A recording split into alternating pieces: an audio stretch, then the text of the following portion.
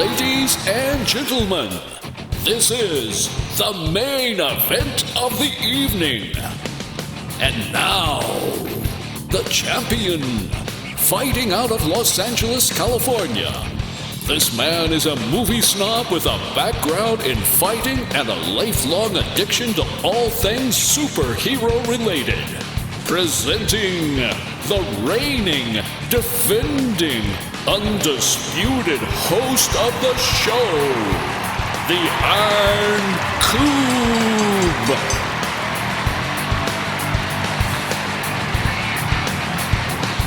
All right, everyone. Welcome to episode number 114 of the Iron Coop Fights Movies. This episode is available on iTunes, YouTube, Google Play, and hosted by SoundCloud. We now have a Facebook page for the podcast you can follow for updates, as well as my 1/6 scale figure reviews.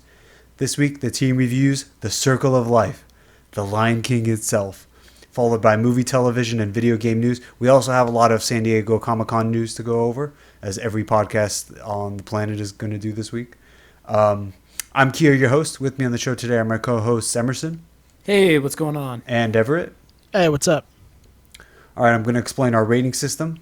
On this show, we give the titles we've watched with a rating of win, draw, or loss. A win is a title that we would highly recommend, while a draw is a title we didn't love but recognize others may appreciate.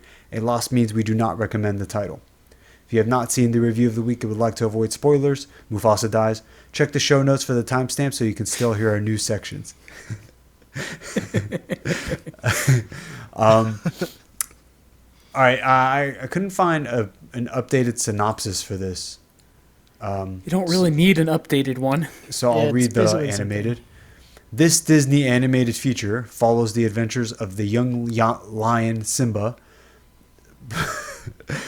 played by, it's not Jonathan Taylor Thomas anymore, and the heir of his father Mufasa, played by James Earl Jones, Simba's wicked uncle Scar, not played by Jeremy Irons, plots to usurp Mufasa's throne by luring father and son into a stampede of wildebeests. But Simba escapes, and only Mufasa is killed. Simba returns as an adult, not played by Matthew Broderick, to take back his homeland from Scar with the help of his friend Timon, not played by Nathan Lane, and Pumbaa, not played by Ernie Sabella. So, okay, yeah, let's give our ratings first. Everett, why don't you go first this time? Okay, I'm going to give it the lowest draw I could possibly give. So it's a draw, but it's pretty low. Okay. I did not like that rating this. is inherently racist. You know that, right? How is it racist? Because you're hating on black people. You're damned if you do, damned if you don't hear Everett. All right, whatever. You know what? Yeah, fine. I'm going to stick with it. I give it a draw. The lowest draw I can possibly give. It's not because of the cast at all. Actually, well, they suck at acting. That's why. But anyway, so we sat in this movie and I definitely mean they. Who's they? The what black do you mean people? They? No, I'm saying everyone in the cast. Not everyone in the cast was black. I'm saying there were... Okay, the only reason I give this a draw is because... The white guys were good. The only reason I give this a draw is because there were only a few moments in this movie that made me laugh and I enjoyed. The rest of it I hated. I think the animated You hated it? Yeah.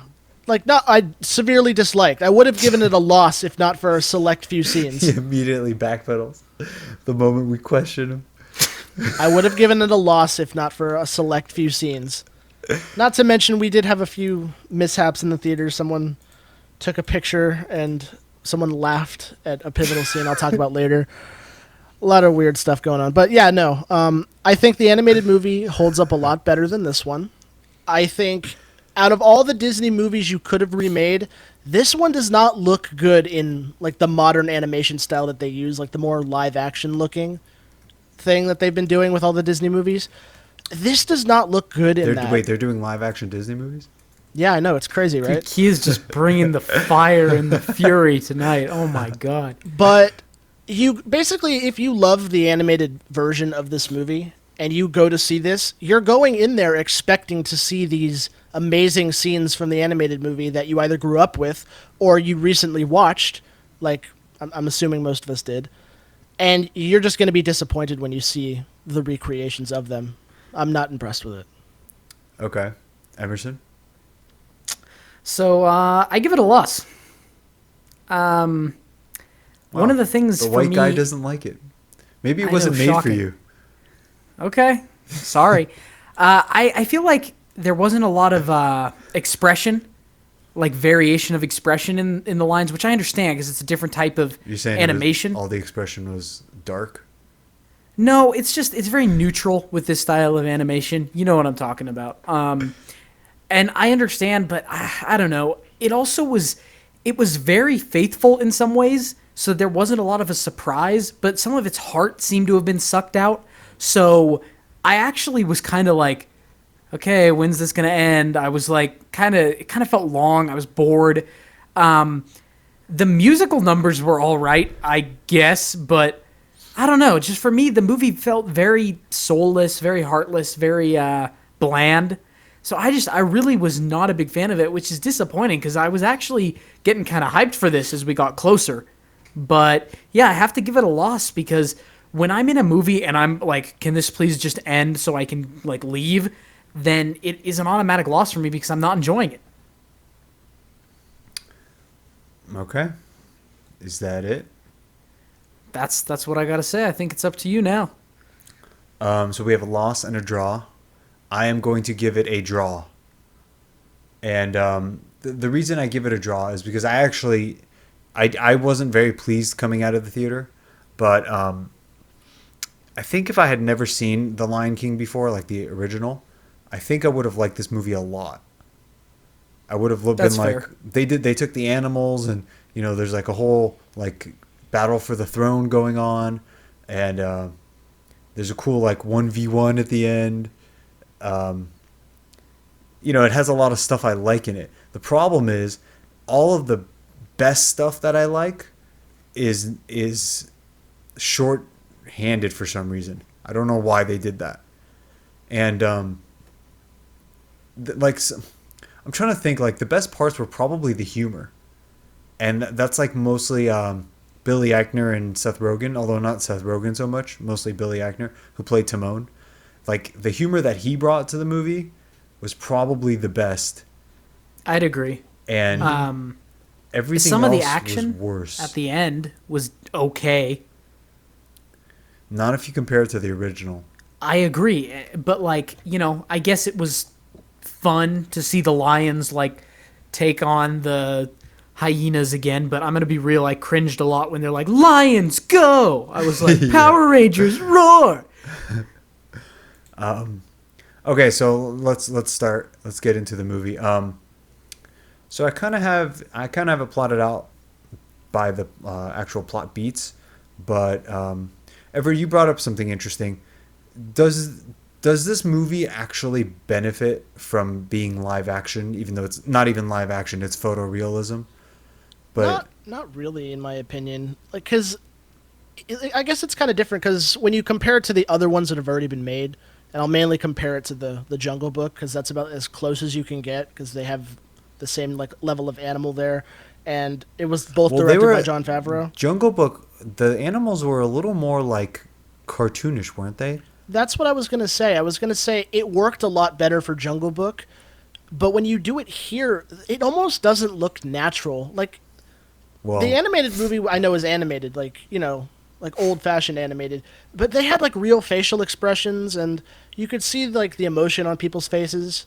In this, it didn't look. It looked kind of wooden, which is a phrase I use to describe a lot about like, this movie. I hear Simba's that. face never changes. I hear that, but I also like. What did you guys expect? I expected. Well, okay, I was excited because I like The Lion King, and I was like, sick. I'll be able to like see it in a new medium. It'll look more realistic, but I guess I hadn't anticipated the lack of soul, and I'm gonna keep saying that, the lack of soul. I don't even necessarily. I think there was a lot of soul.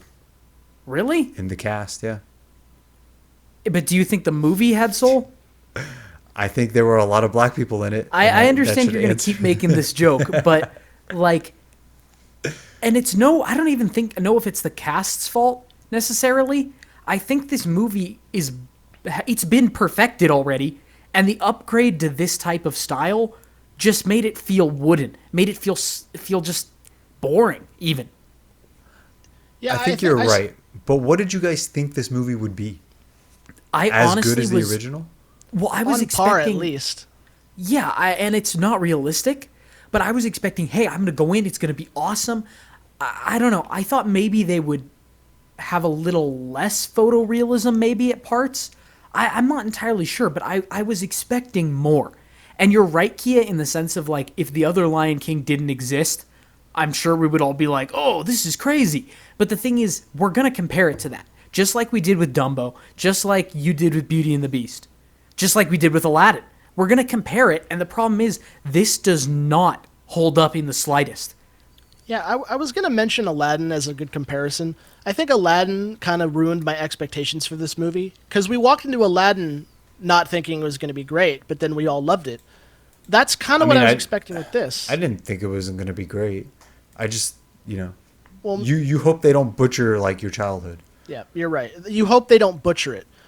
But this movie also has a slight issue, and I guess all modern movies have this issue now, is that if they're catering it towards more, like, modern audiences, like kids nowadays, they put more modern tinges to it. Like, the dialogue does not seem the same as it was in the original. And that kind of annoys me. Like, the subtle lines they'll say that'll make you cringe. Well, they made a couple jokes. Like, also, there's a couple jokes they make that they're, like, sort of pointed at the audience, almost breaking the fourth wall, that were really annoying. They do that a couple times. So, like, one of them was funny, but the others were kind of cringy. Well, so Lion King is the original is a movie that is great on the surface and, like, fantastic when you really look at the details of it. And so the problem is, are they going to do a shot-for-shot remake to capture that same fantastical experience? And they didn't. They didn't do a shot-for-shot remake. So part of it could be, like, our bias, like, well, it's not as good here and it's not as good there. Like, he didn't say the line the right way. At the same time, though, I think I'm not being biased when I say that it wasn't as good. Am I right? You are right. You are right. It made me sad, because it just, I don't know. Lion King's an amazing movie originally, and this just, and what's interesting is I don't think any of us really expected this to flop. At least I didn't. I mean, or not flop, but we didn't expect it to be disappointing for us. I didn't expect that, at least. We were all thinking ahead, like Mulan, where's it going to end? So, I guess this kind of blindsided us, or me. I wasn't blindsided, and I want to get into the specifics of what I like. There are certain musical elements that go so well with the beats of the story that I knew for sure they wouldn't replicate those, because you have to basically intentionally copy it shot for shot. And I was actually surprised that the opening of the film, they did do shot for shot. And I was like, wow, they did that. Maybe the rest will be like that too. Which in that case, it's like, why even make the movie except to, update it? But so I was expecting them to butcher certain parts of the film, but we'll get into that. Let me ask you this: are these movies meant to replace the originals? I think they're meant more as homages, but at the same time, they're also meant for children, right? Like, younger audiences, this is supposed to be their version of what we experienced. So, yeah, I think this is the replacement for the new generation. Yeah. Really. And I have an interesting thing to tell you about my theater when we have in fact, can I just tell you what happened in my theater now? The first thing that happened? Okay. So I'm with a friend of mine. We had gone to see the movie. We sit down, whatever. A man and a woman walk in late with their daughter. Oh, God. Okay. One of the opening, thing is happening. The daughter immediately starts screeching, "Too loud, too loud, too loud." And I'm like, oh, God, why did you bring her? And she's dressed in a princess outfit, by the way. Like a pink, like a store princess outfit. Uh-huh. And I'm like, this is a problem. So of course they sit like 5 seats away from us, and I'm like, oh great. So then like the girl's like kind of quiet, but then when Scar is like having his like monologue, or when he's talking to Mufasa the very first time, she starts going, scary, scary, scary, scary, scary. And she just keeps screaming and screaming. And like, it went on for 5 minutes. It was so annoying. And finally, the mom just took her out. But I'm like, people, if your kid can't Nobody deal said with a a word? movie, no one said a word. If I'd been closer, I would have said something. But it was the row in front of us, 5 seats to the left. But like, no, and I'm just like, people, if your kid can't handle it, you don't need to see the movie. That's just the simple fact. Like, go away. No, you don't understand. This is them doing something special for their kid. No, it's not. It's them doing something special for themselves. Yeah. And they're like, oh, my 5-year-old daughter who's like can't stand to hear a lion talk in like a menacing way would love this. It's like, Yeah, I go know. home. Watch Paw Patrol. You know what's crazy is like a person can be a total moron, but then if they have a kid, you're not supposed to question their parenting. Yeah. Yeah, Emerson, that sounds a hell of a lot worse than what happened in our theater. Like, we had like 2 instances. It was not as bad as that. The only 2 things that happened, as I mentioned earlier, someone took a full flash photo in the middle of the movie, and everyone saw it. And then the other one was during Mufasa's death scene, when it's quiet, someone started snickering like audibly loud behind me, and like things like that. They ruin the flow of the movie. Like, why do people do that? It happens every time. I mean, I laughed when Simba was remembering how Scar killed his father at the end. Like when it showed him as a cub, he's like, no. That's different. Like when it's like all quiet and you see his body like in the dust. That's not a scene you giggle at. Yeah.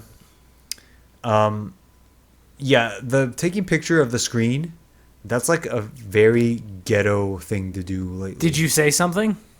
Now it was like way down in front of us. No, it was, yeah. It was, Yeah, and you should have also, just stood up and been like, who the fuck did that?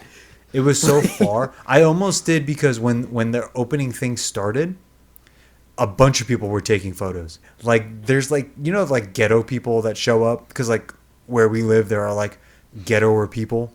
What, like white Oh, trash yeah, it's like people? white trash. White trash, such. any sort of like ghetto-y person, who like live. They're like super fans of this kind of stuff, but They don't like, understand the social etiquette. Yeah, like I'm a super fan. That's why I'll sit quietly because I want to watch the movie. I'm not there for likes on social media. Yeah, it's the social media crowd. That's what it is. Yeah. The people who are like, I'm such a fan. Look at this picture I took. Or for people that are like, I don't know, they're just like, some people treat the movies as like a night out, and like you should never take a girl on a date to the movies because you can't talk. But some people don't get that. They're like, yes, I can talk. And so they're like partying. Like, oh, Lion King, yeah. Let's take selfies in the theater. And then take pictures of the screen. Like, post your weird, grainy photo on Facebook. Like, it's weird. And then a lot of them were like, you know, it's my kids. I'm gonna take a picture of my kid's first Lion King experience. And blah, blah, blah. But anyway, the reason I keep making jokes about the black crowd is because when the movie was over, like, people were celebrating, and I really feel like they were lying to themselves. Like, I really do feel like they were, like, pretending that it's better than it is. I really do feel that way. Because there was not... It was... When that movie ended, it ended, like, on a flat note. Yeah, it really, really did. Like, I didn't want to see more. I wasn't like, that was amazing. Like, I was just like, okay... It was the opposite of Aladdin. For me, Yeah. at least, it was. Yeah. And so then people started like clapping. I don't know, in your theater, did they celebrate? No, no one celebrated. People were like no one clapping and clapped. hooting and hollering. And I'm like, I think you're all just faking it. So I my really do. My theater was a pretty balanced group. We had a lot of different like backgrounds for our people, but at the end, no one clapped. Everyone was just kind of like, eh, and they got up and went out. Yeah, a lot of people clapped at the beginning of our movie too. Like, what's the name Well, of see, the song so that I opens saw the it on movie? Friday, not Thursday, so that might be why. I get a feeling the people who like try to, some of the people at least who try to get that opening night, like those people are gonna be like, oh my god, it's Mufasa. I don't know. I don't know. Jade was kind of freaking out, but she stopped when the movie like wasn't that good.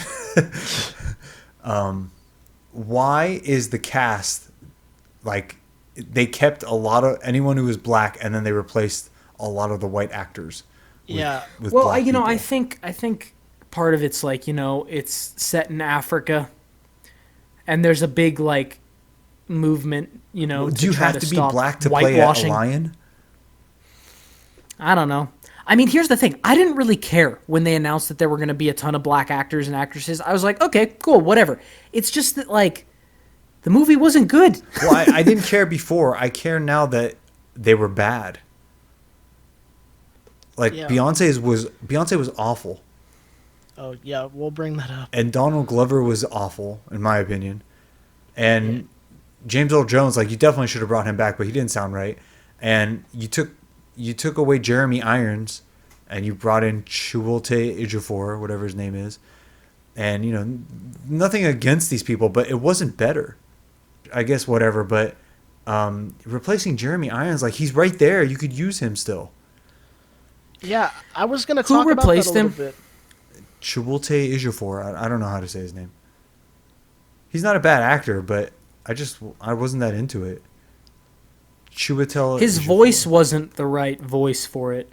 Yeah. Some parts it was good, but but in the important parts it wasn't good. Yeah. Like what I was going to say is I took your advice. I went back and I watched some of the clips with Scar on YouTube after we saw this movie, and comparing the two, Jeremy Irons has a much more threatening yell and voice than I can't pronounce his name. So the other guy. Oh, I like Ejiofor actually a lot, but yeah, he's not a bad actor, but he wasn't great for this.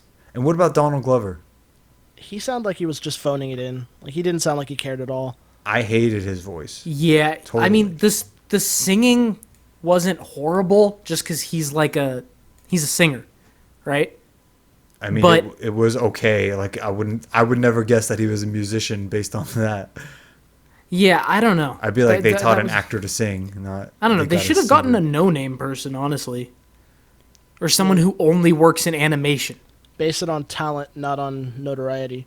I'm just saying, like, Black Panther, there was definitely that element of, like, it's an all-black cast and it's cool, and like, they did really well.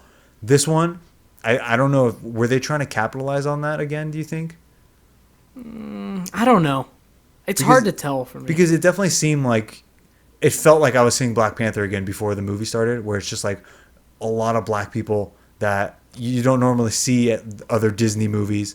Like, when we saw Aladdin, those people weren't there, So it does seem like they were trying to go for round two. And I don't know.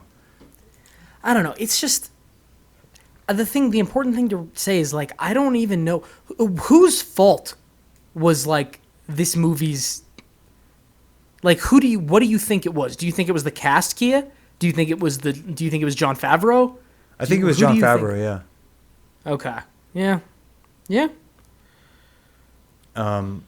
Also, but I don't know exactly what he did, but okay, you know what else is kind of odd?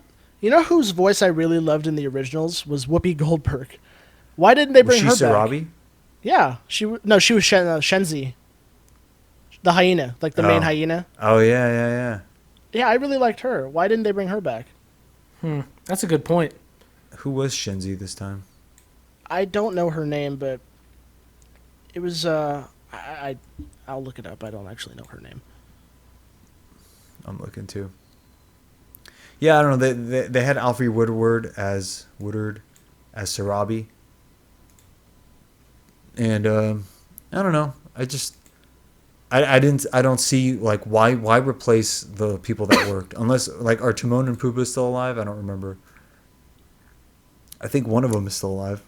Timon, I don't know. Probably. Oh yeah, it was Alfre Woodward. Oh no, that's Robbie. Ernie no, it was Sabella. Florence Cassambra. I don't even know who she is. Yeah, the guy who played Pumbaa is still alive. Yeah, she's in Black Panther. Nathan Lane. He's still alive, obviously. Matthew Broderick, still alive. Jonathan Taylor Thomas. I mean, I don't know about bringing him back, but you could have. Definitely could have. Yeah. I mean, he's probably So he's I'm like just- out of the acting game. That's kind I'm of. just gonna say it right now. When Rafiki was like walking around and doing stuff, I just kept waiting. Like I just started thinking about Planet of the Apes a lot, like the like wise monkey that's like walking around, and then like I kind of forgot. Did he in the original? Did he like join the final battle with his Yeah, stick? and he did karate, and they didn't put that in. Okay, He beat the but, like, shit out of the hyenas. when he grabbed the stick, I had kind of forgotten that he was involved in the final fight. And so I remember because I thought to myself, I was like, oh, he's getting his whacking stick. And then he started whacking him. He's getting his like, whacking. No, I but was like, oh shit. in the And then he cartoon- stopped. Yeah, and in the cartoon, he like was cool. Like he was like karate chopping people, and like it was actually good fighting. Yeah. It was well choreographed in the original. Yeah. You know who I really loved in this movie, though, was John Oliver. I think he was a perfect casting. He was great. I don't know him, but people say that they like tried to make him do Rowan Atkinson's impression. Like it wasn't that much John Oliver. I don't He didn't know. sound I don't like know John Oliver to me. Yeah. So you think he was doing an impression? Yeah, because like Yeah. I've listened to John Oliver in the past. I've seen him, and like I had no idea he was John Oliver. I was like, it doesn't sound like him. Yeah. Let's think. All right, so the opening scene, the Circle of Life, and all that. By the way, I saw Hans Zimmer in concert once, and they sang this song. Like the actual guy came out. It was cool.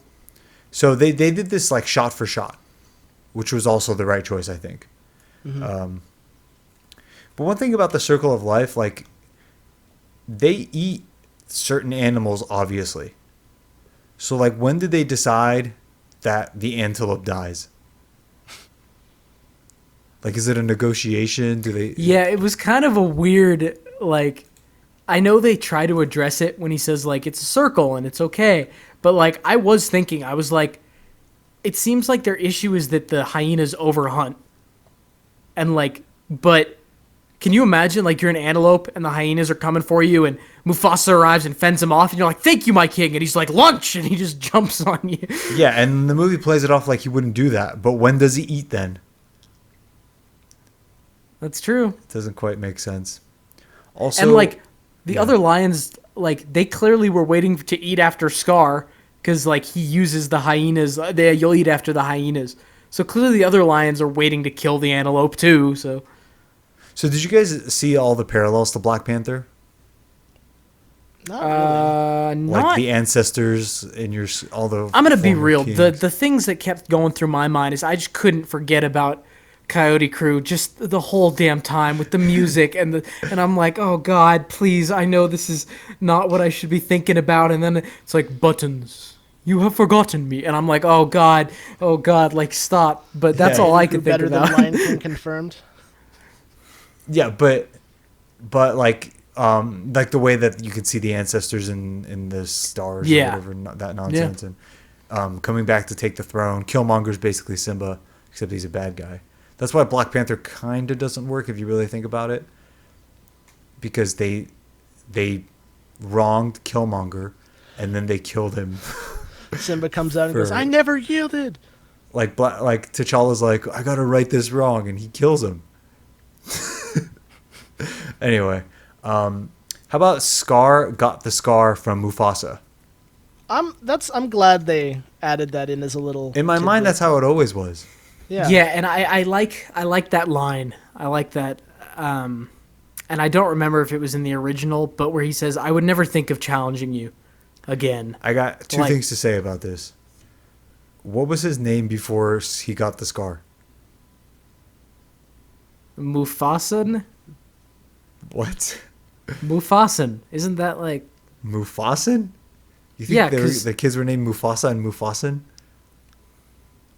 I'm just saying, it's a fairly common practice His real to name have the apparently was younger brother Taka. named as a variant of the older brother. Yeah, his real name apparently was Common Taka. practice where?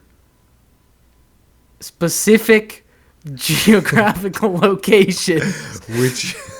Which specific geographical locations?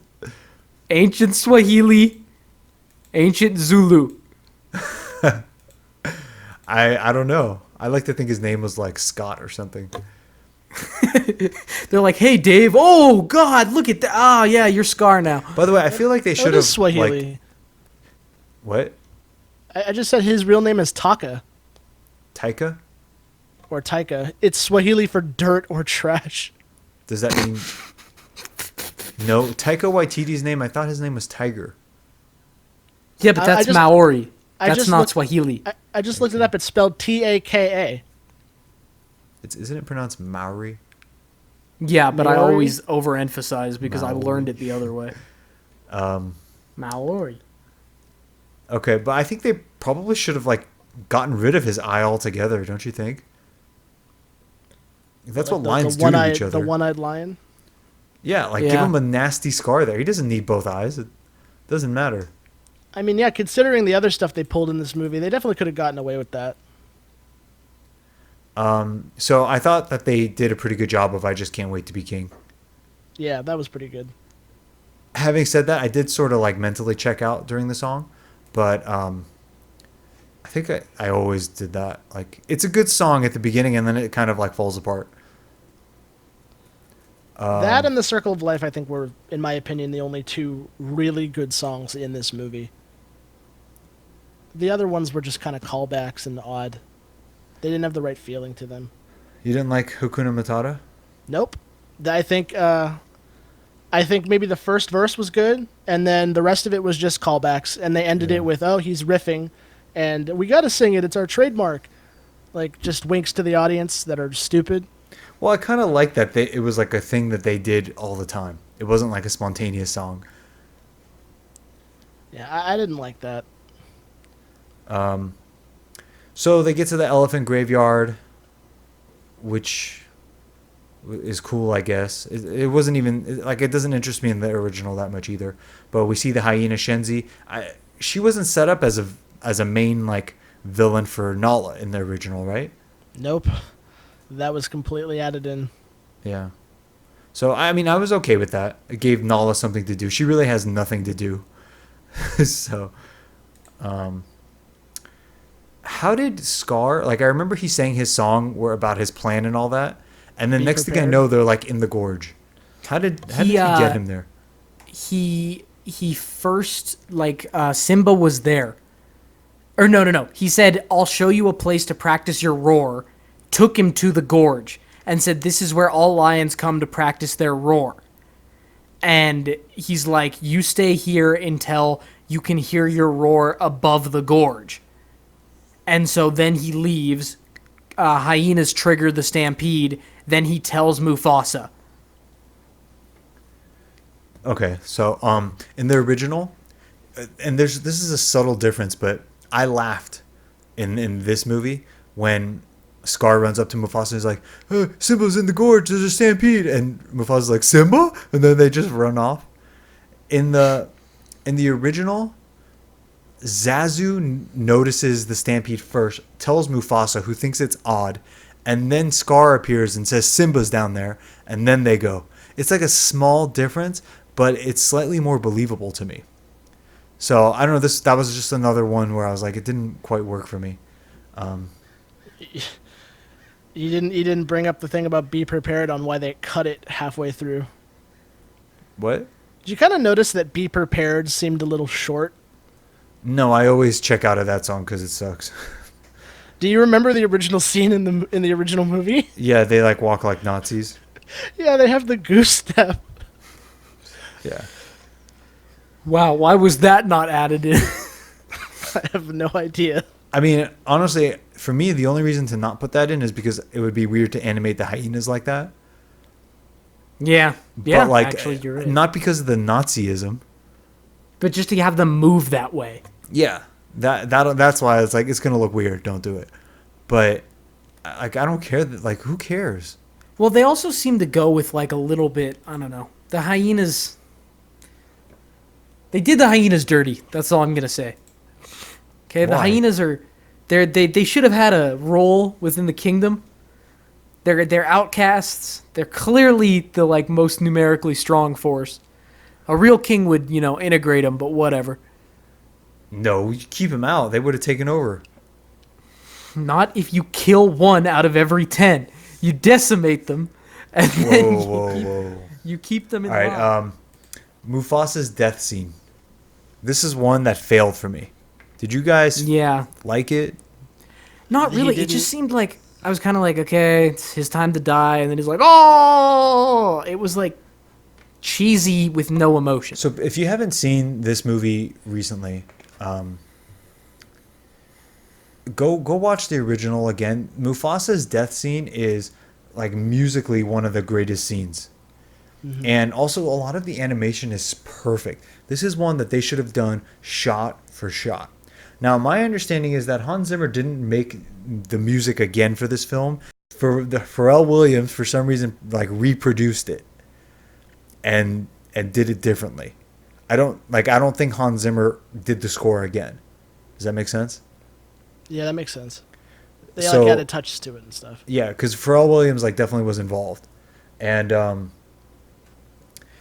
if you look at the original, it's like shot for shot, synced with the music, perfect, cinematic, like everything, it's just perfect. And this one just like it extended certain parts of the music.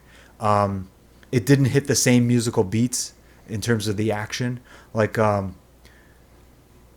there's so many great parts. Like there's one part where Zazu gets like this badass shot where he flies up from above the gorge and into it, and like the music is great there.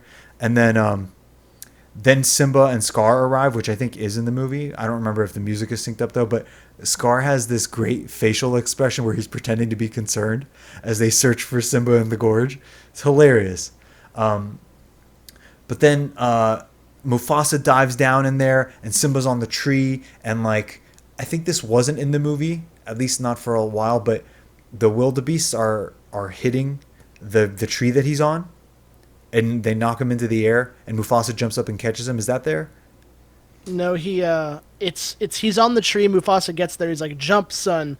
And Yeah, he he jumps, tells like and he they gets slow hit. it down. It's not good. And so yeah, when he gets knocked from that tree, you probably couldn't do it in live action or whatever you want to call it, but when he jumps up and catches him, and then he runs with him, and then he gets like sideswiped by a wildebeest, and he drops Simba. And the way Simba is like they show you a point of view shot, and the wildebeest are coming at you in every single direction, and like Simba's trying to dodge it, and then Mufasa comes out of nowhere, grabs him again, and it's like heroic, and he puts him on the stone, and like the music breathes for a second, and Mufasa gets hit again, and Simba screams for his dad, and then the best part, which wasn't in it, the best badass part of that entire scene, is Mufasa, out of pure strength, jumps out of the horde and onto the cliff, and you see him like struggling hard on the rocks, and he's using all his strength to pull himself up. That's not in it. No, they try to do it. He as just he's scratches "Ugh." it like a cat. But He scratches yeah, up the wall. It just looks like he's like it's kind of difficult, but he's making it. Like I was under no impression he would fall until he got to Scar. Like I knew that was gonna happen, but it looked like he was having a good time getting up the cliff. Mufasa's so badass, and this movie, he's not. And I'm gonna say it, James Earl Jones was not great. His voice sounded old and tired, which he probably is. It was not the same Mufasa at all. What do you guys think? I think so. Yeah, I think it's hard to bring an actor back like that. We talked about this with like if Robin Williams was alive, should he have done the genie? There's been so much time, so much has changed. You're coming back trying to do this character again. You're remembering. You're thinking, I don't know. I think it's too much.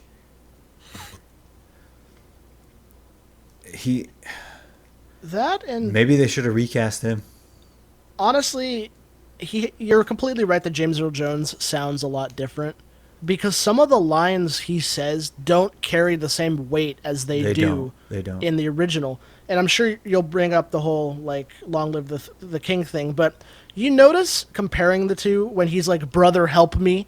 In this one he sounds more kind of like an asshole. He's like brother, help me, instead of like sounding desperate for his life, like in the original. He doesn't even say brother. He's supposed to say No, he just says, help me. Brother, And help me. I know. You know how I knew that line wasn't there? Because of the damn Coyote Crew movie. I had to record that line like 1,000 times trying to get it right. So I was waiting for it. I was ready for it, and he just says, help me. And he just falls. Yeah. Well, And then he says, the emphasis is on the wrong words. He says like long live the king, but it's not right. Something about it isn't right. Yeah, you know what it is in the original, he like grabs his hands and he's in pain and he leans down all menacingly and whispers, long live the king, and then lets him go. And that's much more powerful because when they call back to it at the end, when he's holding Simba over Pride Rock and says, I killed Mufasa in the same way, it fits in perfectly. In this, he just kind of screams it at him and then drops him. Like, it doesn't fit. Yeah, it's not right. And another scene is when Mufasa's down there trying to save Simba, Scar like is stalking them on the cliffs, like watching his plan unfold. That shot's not in it either. That's a fantastic shot. And it's just synced up to the music. Like, so Mufasa's like, I love the old mentor characters like Obi-Wan, Mufasa, and Mufasa. They shortchanged him in this scene on top of James Earl Jones' voice not quite being the same. And then there's the other scene which we'll get to that also wasn't great. One shot I did like was Simba curling up against Mufasa's body. Was that in the original? I don't remember. I don't think it was. I think so. Something like that was. I don't think he like curled up right next to him though. And that was, I thought that was a good shot actually. It was a little bit pandering, because everyone's going to be like, "Oh," but whatever. You know what line they cut? Correct me if I'm wrong, but did they cut the line that says, Dad, we gotta go home from the original? I think you're probably right, yeah. I can't remember exactly, but... Because I remember that from the original, he's like nudging his dad's dead body. He's like, come on, Dad, we gotta go home. And in this one, he just kind of like, nudges him, and that's it, no lines. I don't know, it felt really awkward to watch. Especially after, like, when Scar's like, you gotta run away, you gotta leave, and then... One of my favorite scenes from the original where the hyenas come up behind him and he just looks at him, goes, kill him. Like menacingly in Jeremy Irons' voice. The way he's like very calmly like, kill him. And that's not, what does he say? Go get him or something? No, he says kill him, but it doesn't hold the same weight. It's not the same, no. And again, like, I don't want to keep harping. I was just joking with like the whole like black movie thing. It's not really about that. It's the actors. I know that they like. I was listening to Chiwetel Ejiofor in an interview, and he didn't watch the original because he didn't want that to like impact his performance and make him repeat it. But the problem is like a movie so iconic with lines so iconic that are said a specific way. Like you have to make sure like "Long Live the King" that needs to be as good as the original. You can't do your own version of that. It has to be the same. And I don't know. Like it didn't work. It didn't work for me.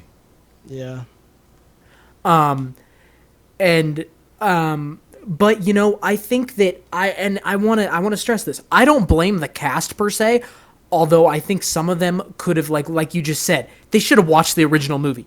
This is not like a unknown remake. This is something that has a established presence in everyday life, and there's a reason it has that. So maybe watch it to remember that.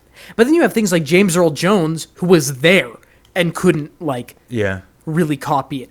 So, but I don't blame the cast. I don't really blame them at all. Actually, it seems like the writers, the showrunners, and Jon Favreau, which this is disappointing. They either didn't really know what they were doing, or they were like, good enough. And then you guys heard what Scarlett Johansson said? Did you guys hear about that? No. I didn't even hear the exact quote, but she basically said that she feels like she could play any role. Oh yeah, because that's the job of an actor, and people are like certain demographics are saying you can't play these roles because you don't know our struggle. And I'm like, do you have to be That's a not lion what in she Africa meant. to play a lion in Africa? Well, that's also Yeah. I highly doubt that's what she was saying. No, of I course doubt not. she wasn't saying, yeah, I can play. I think she was just saying, I think I can play almost any average role that I don't know. It's just people today need to be very careful with what they say, especially with social media, because no matter what you say, someone somewhere is going to be pissed, and if it gains traction, your career could be ruined. Yeah. Like, you get shown in the wrong light and it's over for you.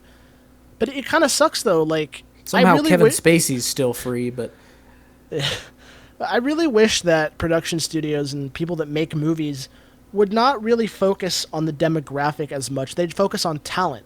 Because, like, kind of like what you were saying, actors, the job of an actor is to become somebody else and to be talented at it. Her quote was that, as an actor, I should be allowed to play any person or any tree or any animal because that is my job and the requirements of my job. I feel like it's a trend in my business and it needs to happen for various social reasons, yet there are times it does get uncomfortable when it affects the art because I feel art should be free of restrictions. I think society would be more connected if we just allowed others to have their own feelings and not expect everyone to feel the way we do. Oh, damn. wow, that's a very hard stand to take publicly. And someone said, so if it wasn't bad enough that Scarlett Johansson almost played a trans person in a movie, now she's comparing them to trees and animals. That's not what she's saying. She's talking about Groot and like Rocket Raccoon. She's not talking about, oh God. Yeah, people Everett, are but just gonna what take you that were the wrong saying, way. Everett, was I don't like in this movie. I believe all these people were very talented, like in their fields. Like they really are. It's just they may not have been They the are, best yeah. fit for this, or as I'm saying again, maybe they weren't directed as correctly from Favreau. But Well, let's- Everett, the problem is anytime you say, well, I wish it was just this, it gets brought up that, well, hey, there's systematic oppression. There's years of, systematic, oppression, and some people have benefited from that, like you, Everett. But, yeah. But, No, I'm aware of that, but what I was trying to say is you're completely right. Like, all these people in this movie are all talented in their own way, but they might not have been a very good choice for this movie. And I mean, feel I like like that's everyone but Beyonce. I mean, I just- aside from this movie. I just feel like certain things influence others, and that could end up with a different way the movie's made. We will see Beyonce again, I think, playing another feline very soon. Oh my God! Don't break it. So Okay, yeah, we'll get to that. But here's another example. Beyonce's song in Can You Feel the Love Tonight? When she sang her version of it, was she not over singing the hell out of that? Oh yeah, no, she was, and it's made a hell of a lot worse when. I'm gonna be real. I don't even remember that song. It was literally like, can you feel, and she's like belting out every single note and like dragging it out. I'm like, what the hell is this? Yeah. And then they have that other song. God, I'm just looking it up and like everyone's like loving her music. She has her other song that's like the spirit of some bullshit, like when they're going back to Pride Rock. Yeah, it ruins the tone of the scene. It was awful. It was really awful. Like And- that's definitely a scene you need to show with either instrumental music or nothing at all. Words ruin it. Like, it ruined the tone. It's supposed to be dramatic return to the homeland. Like, you put that in and it just seems a lot worse. Right? Like, am I wrong? Yeah, okay. I'm looking at these comments. Someone says Beyonce oversins this song, too much gimmick. And by the way, the whole song sounds like a Christmas rendition of the original. That is totally accurate. And then someone commented, you gathered all that from a 30-second clip. Seek help. Someone said, but did she lie? Nope.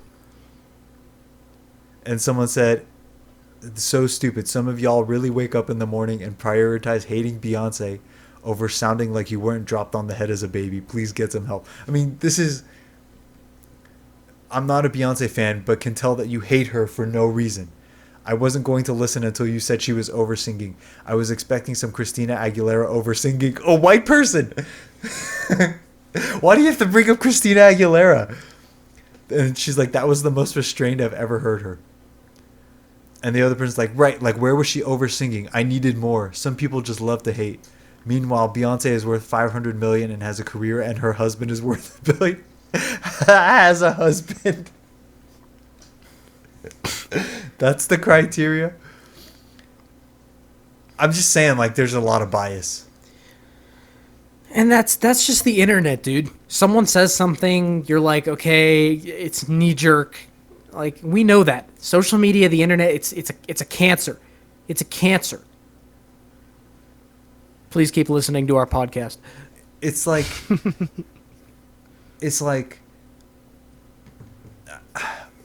can you feel the love tonight? You don't need to make a show of it. Just sing the fucking song. You know what I mean? Like, just sing the song. And, you know, I'm okay if people actually think it's good. But I really feel like people are lying to themselves. And then there's, like, other comments like, garbage, Beyonce is overrated. Like, she's not overrated. That's the other side of it. She's not overrated. That's what I'm saying. It's so hard today to look at these comments, right? Because, like, Kia, you didn't leave a comment on the song. We're talking about it now, but you didn't leave a comment. Right. The person who takes out the time to write a comment, the problem is a lot of these people have other axes to grind with Beyonce. And so, like, that's why it's hard. And then, like, that draws out the counter group that's like, fuck you, she's worth $500 billion. It's like, okay, why does that matter if the song's not good? Like, the thing is all just a mess. Right. And, like, Donald Glover, he's good in a lot of things, too. He was terrible in this. What was the reason for casting him, is what I want to know. I think it's because he's a popular young singer. That is the actual reason, I think. You could have got They knew there were going to be... No. They knew there were going to be musicals. Well, he's not that popular anymore, I don't think. They knew there were going to be musicals. They wanted name recognition. They wanted someone who they would be like, oh, he can sing. But he doesn't sing like that. No, he's a rapper. Yeah. In fact, that might be why his song was not, like, blown out of the park. You know, that's probably really out of his element. Also, I thought her voice was, like, too deep for Nala. Like, she sounded like Simba's mom. I really, you know, you were talking about this a lot when the trailers came out, saying, like, Scar doesn't look evil enough. Scar doesn't look dark enough. And I was kind of like, okay, yeah, I really noticed it in this movie. He just looks like I don't know. They should have made his mane thicker and darker.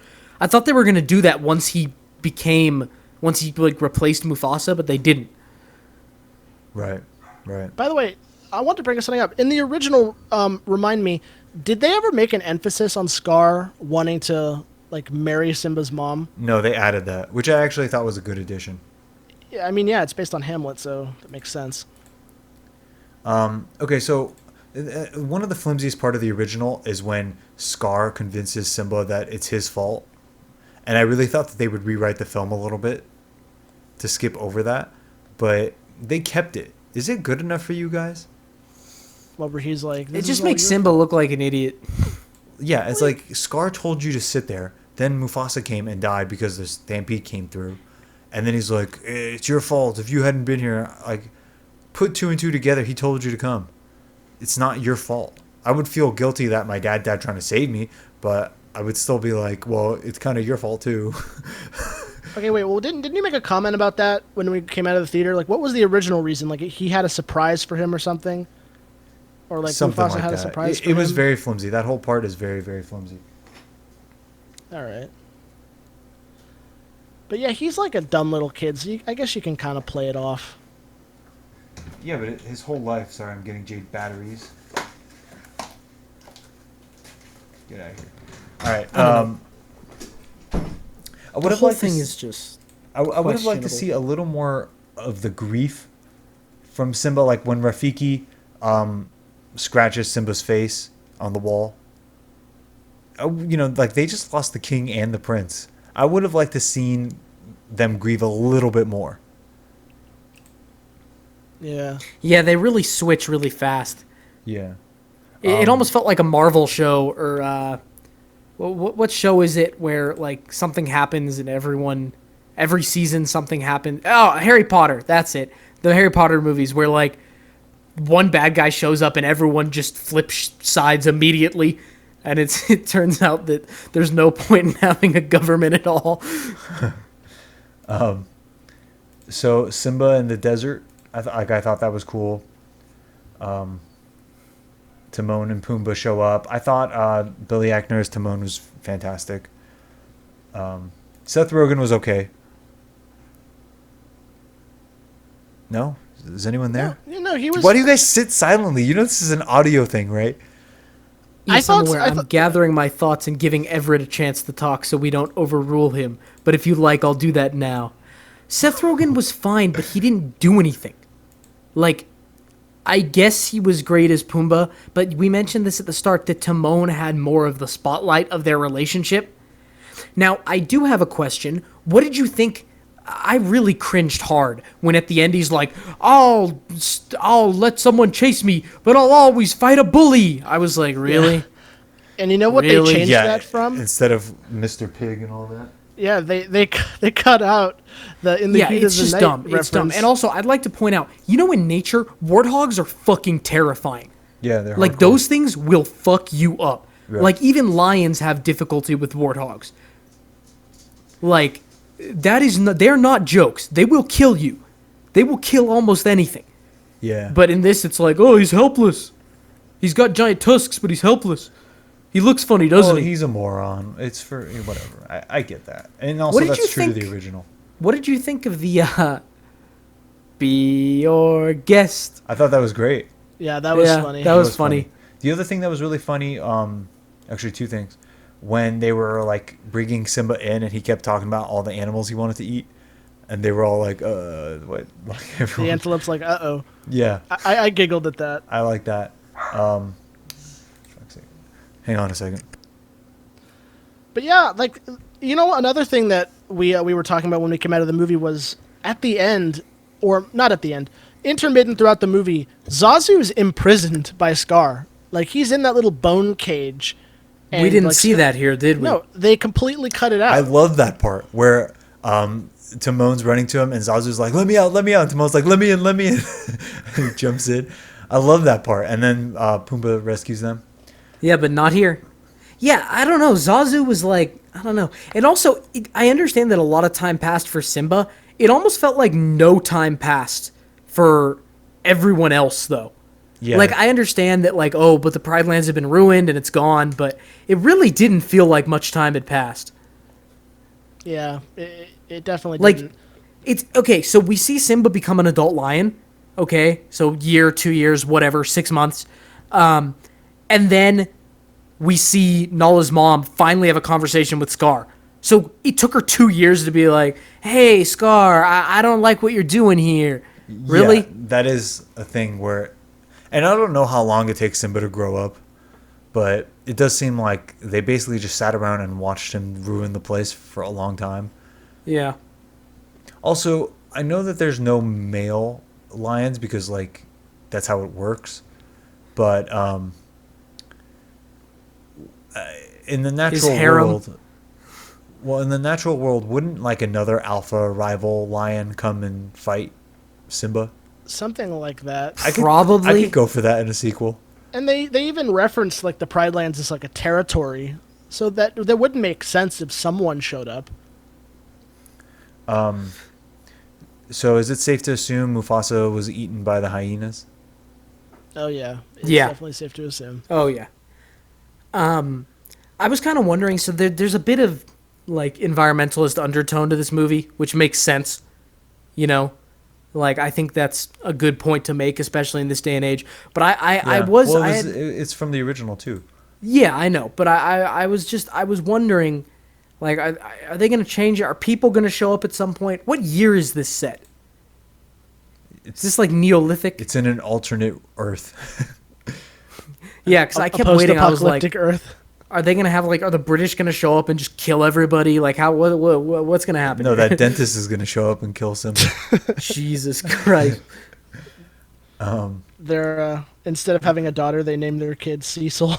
I didn't mind Simba's hair getting to Rafiki. Like they kind of expanded that concept a bit, and it did take its time, but I kind of liked watching that whole thing. Yeah, a couple people like grumbled like they felt a little uncomfortable when they showed the dung beetle on scene. I heard you giggle at that, and like the hair stuck in the shit. Yeah, I like because it just kept going. I mean, you knew where it was gonna land, but okay. The other scene that they butchered, Mufasa in the sky. You couldn't even see him. It was just lightning. Like in the original, it was like a full-fledged face. And they changed the dialogue a bit. Yeah, it is beautiful. That's the best word. They changed the dialogue. They made it longer. That scene is another one that moves perfectly with the music. You gotta go watch it. Mufasa in the Sky on YouTube. It moves perfectly. You don't need to change a thing. And they changed it.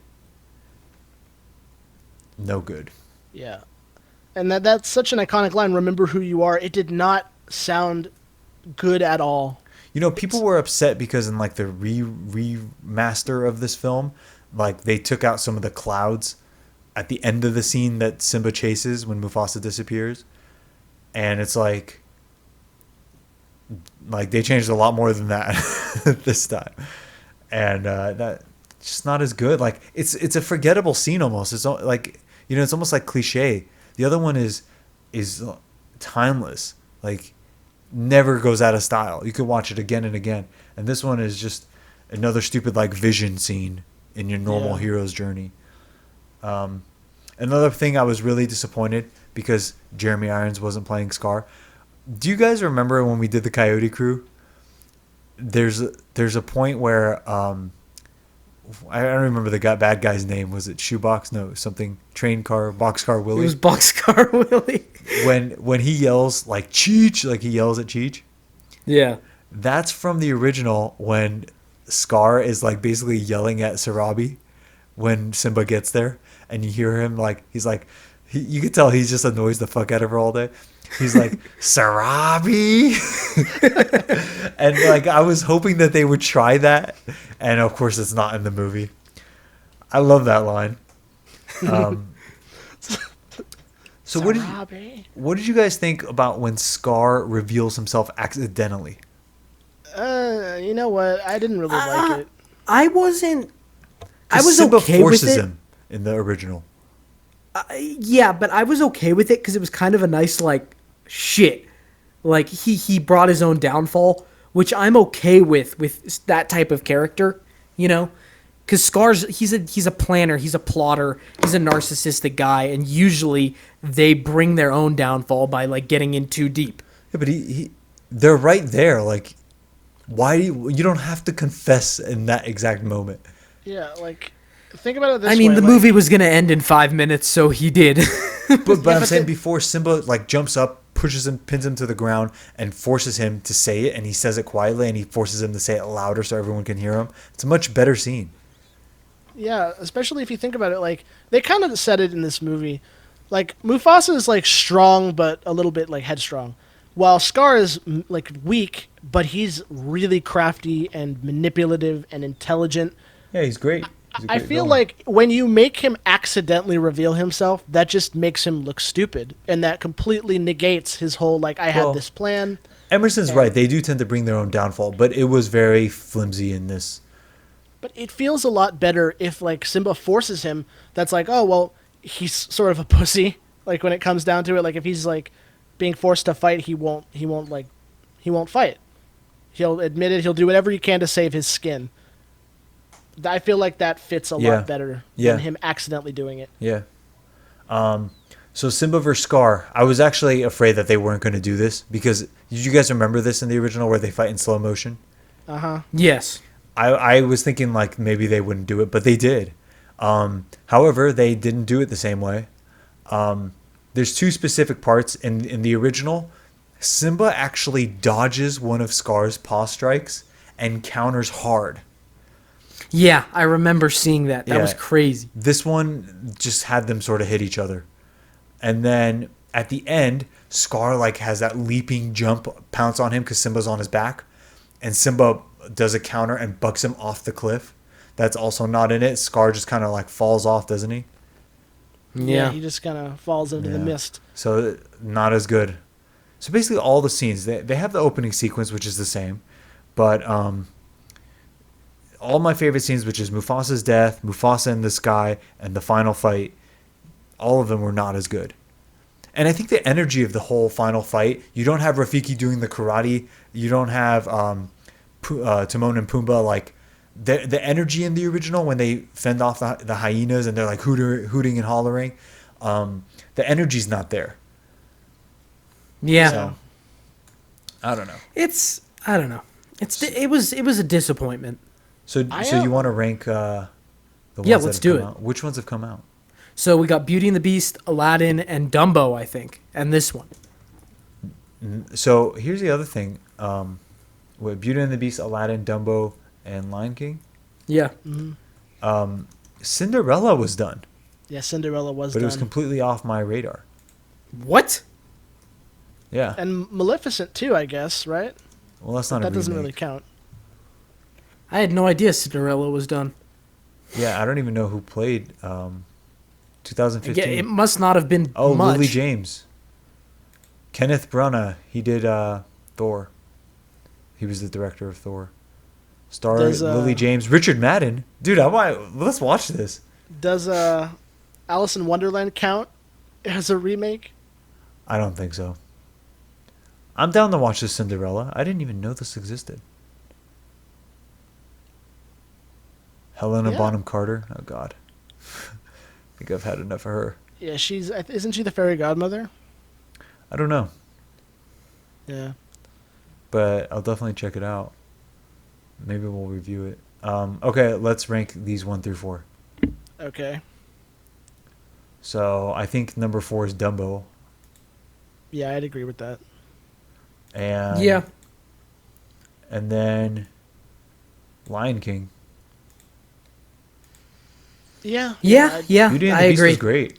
Yeah, Beauty and the Beast was better. And then I Aladdin. don't think I've ever seen Beauty and the Beast. We reviewed it. We did?